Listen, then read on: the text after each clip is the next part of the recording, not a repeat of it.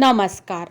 आज मी तुमच्यासाठी घेऊन आलेली आहे एक टेस्टी भाजी. त्याकरिता सुरुवातीला मी घेतलेला आहे भाजून घेतलेले 2 ते 3 कांदे, एक मोठा खोबऱ्याचा तुकडा, थोडीशी मिरे आणि 2-3 छोटे छोटे कलमीचे तुकडे आणि 2-3 मोठ्या मसाला विलायची. त्यानंतर कढईमध्ये घेतलेला आहे भाजीसाठी तेल. त्यामध्ये सुरुवातीला टाकून घेतलेला आहे आलं, लसूण, जिरं, कढीपत्ता याची तयार करून घेतलेली पेस्ट आणि त्यानंतर टाकून घेतलेला आहे आपण तयार केलेला मसाला. मसाला आपल्याला मीडियम फ्लेमवर व्यवस्थित असा शिजवून घ्यायचा आहे, जोपर्यंत त्या मसाल्याला तेल सुटत नाही तोपर्यंत. त्यानंतर त्यामध्ये टाकून घेतलेला आहे तिखट, हळद, धनेपूड, काळा मसाला आणि चवीनुसार मीठ. मसाले अजून आपल्याला तेलामध्ये व्यवस्थित मीडियम टू लो फ्लेमवर शिजवून घ्यायचे आहे आणि त्यानंतर 5 मिनिटांनी वगैरे मी त्यामध्ये टाकलेलं आहे थोडंसं पाणी. पुन्हा हे पाण्यासोबत आपल्याला शिजवून घ्यायचे आहे, जोपर्यंत आपल्याला अशा प्रकारची त्या मसाल्यांवर तर्री दिसून येत नाही आणि पाणी आटलेलं दिसत नाही तोपर्यंत.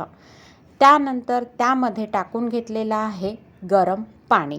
गरम पाणी टाकायच्या आधी मी त्यातला थोडासा मसाला बाजूला काढून ठेवलेला होता. आता इथे आपल्या रश्श्याला उकळी येतपर्यंत दुसरीकडे मी घेतलेला आहे बेसन. त्यामध्ये टाकून घेतलेला आहे तिखट, मीठ, हळद, धनेपूड, बारीक चिरून घेतलेली कोथिंबीर आणि थोडीशी कसुरी मेथी. सोबतच टाकून घेतलेला आहे आलं, लसूण, जिरं, कढीपत्ता याची तयार करून ठेवलेली थोडीशी पेस्ट आणि जो मसाला आपण भाजीतला काढून ठेवलेला होता तो मसाला. त्यानंतर त्यामध्ये थोडं थोडं थंड पाणी टाकून मी ते बेसन या मसाल्यांमध्ये व्यवस्थित असं मिक्स करून घेतलेलं आहे अशा पद्धतीने. त्यानंतर रश्श्याला उकळी आल्यानंतर हाताला थोडंसं पाणी घेऊन आणि थोडं थोडं बेसन घेऊन आपल्याला त्या उकळत्या रश्श्यामध्ये अशा पद्धतीने ह्या वड्या टाकून घ्यायच्या आहे आणि त्यावेळेला आपल्याला मीडियम टू हाय फ्लेमवरच हा रस्सा उकळत ठेवायचा आहे, जेणेकरून ह्या वड्या एकमेकांना चिपकणार नाही, जे की तुम्हाला व्हिडिओमध्ये दिसत आहे. बेसन भिजवलेल्या ताटामध्ये थोडंसं पाणी टाकून ते पाणीही आपण आपल्या रश्श्यामध्ये टाकून घ्यायचं आहे, जेणेकरून आपली भाजी छान अशी घट्ट व्हायला मदत होईल.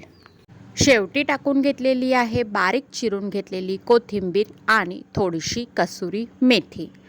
तर मग आंब्याच्या रसासोबत आता तुम्हीही आनंद घ्या टेस्टी अशा चुनवडीचा. अशाच सोप्या आणि छान छान रेसिपी बघण्याकरिता चॅनलला नक्की सबस्क्राईब करा. धन्यवाद.